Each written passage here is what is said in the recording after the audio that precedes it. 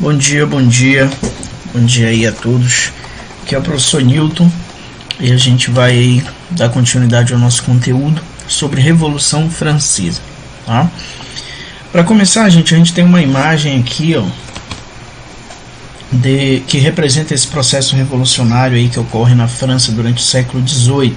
Você tem aqui a prisão fortaleza da Bastilha e aqui a população aqui envolvida no conflito, e aqui o que seria aí Paris em chamas, né? Tamanho foram as proporções que essa revolta tomou aí na França, tá? Vamos lá. Para a gente entender os motivos dessa revolta, a gente precisa entender o contexto histórico, né, da França durante o século XVIII.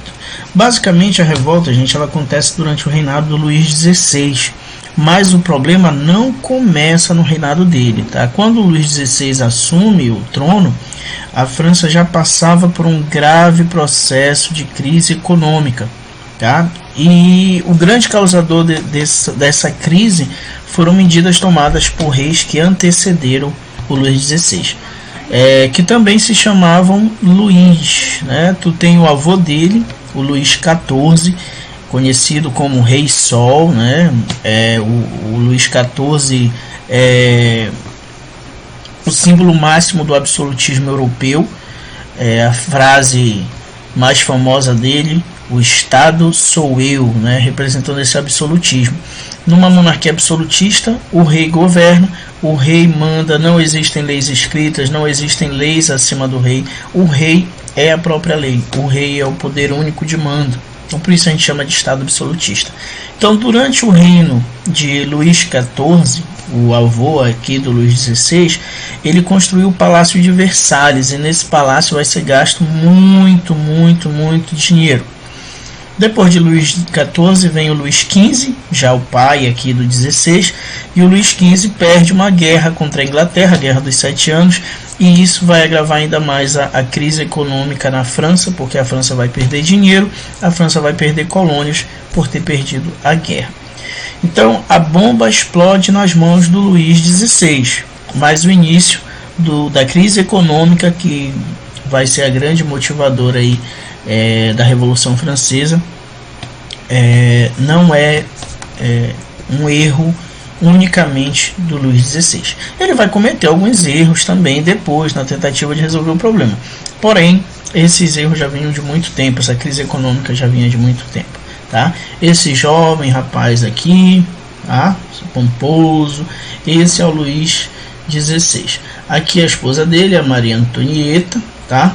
É importante a gente analisar essa figura da Maria Antonieta, porque ela foi muito criticada pelos súditos por gastar muito dinheiro nesse período que a França estava em crise. Então ela era muito fã da moda da época, então ela gastava dinheiro em roupas, vestidos, joias e até mesmo em ornamentos para penteados, tá?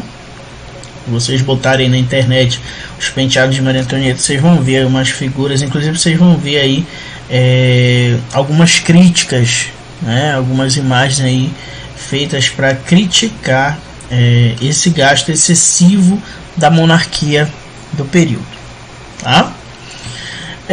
Vamos lá, sociedade francesa do século XVIII. Gente, a sociedade da França do século XVIII estava dividida em estados, tá? A gente pode chamar também de estamentos. Nada mais é do que cada camada social ali estava em um estado, em um patamar aqui, tá? Então acima nós tínhamos o rei. Na maioria das pirâmides o rei nem aparece aqui no topo, ele não aparece porque ele não se trata de uma classe, tá? Eu coloquei aqui porque a pirâmide estava melhor organizadinha, com os dados e tudo mais. Porém, para muitos o rei não entra numa classe, o rei estaria bem no topo e não representando uma classe em si, tá? Como classe, teremos esses três aqui que nós chamamos de estados. Primeiro estado, segundo estado e o terceiro estado. O primeiro estado, gente, são os membros da igreja, é o clero, tá? O segundo estado são membros da nobreza, tá? O terceiro estado são membros da burguesia, que são comerciantes, como nós já havíamos falado em sala de aula, e o restante do povo. E aí você tem camponeses, artesãos, servos, ainda existia a servidão nesse período da França e tudo mais. Homens livres, tudo. Então todo o resto da população era aqui, pertencia ao terceiro estado. É importante você observar aqui a numeração, tá? Quanto mais em cima da pirâmide, mais acima da pirâmide uma classe está, menor é a quantidade de pessoas que pertencem a ela. Você percebe aqui, ó, no primeiro estado você tinha 20 mil pessoas. Já no segundo estado, 350 mil pessoas. Percebe que sempre é 1000. E no último, no terceiro estado, você vai ter 24 milhões de pessoas. Ou seja, a principal parte da população francesa estava no terceiro estado. O primeiro e o segundo estado, gente, são chamados de privilegiados. Tá? Por que privilegiados? Porque eles não pagam impostos, eles recebem os melhores cargos administrativos e em alguns casos recebem inclusive pensões do próprio rei. Tá? Então esses são os privilégios do primeiro estado e do segundo estado. O terceiro estado, gente, é a galera que paga imposto. Então não é exagero dizer que o terceiro estado sustenta os demais estados nessa organização social aqui. Então basicamente a revolução, por isso que está aqui, ó, uma revolução burguesa, é porque essa revolução francesa aqui, gente, ela vai ser idealizada pela burguesia, vai ser liderada pela burguesia. E aí o resto da população, o resto do povo vai comprar essa ideia e vai promover a revolta. Não exagero, como eu disse, não é exagero dizer que o terceiro estado sustenta os outros. Então vai chegar um momento que essas pessoas aqui de baixo não vão concordar. Tá? Até porque, para resolver a crise econômica que a França vivia, era preciso basicamente duas coisas. A primeira, conter despesas. E a segunda, aumentar impostos. Então, o primeiro e o segundo estado precisavam conter despesas, junto, claro, com a família real. Precisavam conter despesas. Porém, era preciso aumentar impostos. E aí esses impostos iam aumentar só para o terceiro estado? Seria justo isso? Obviamente não, né? Então o terceiro estado aqui, na verdade, queria uma igualdade. Você percebe isso no lema da Revolução Francesa, né? Igualdade, liberdade e fraternidade. Tá?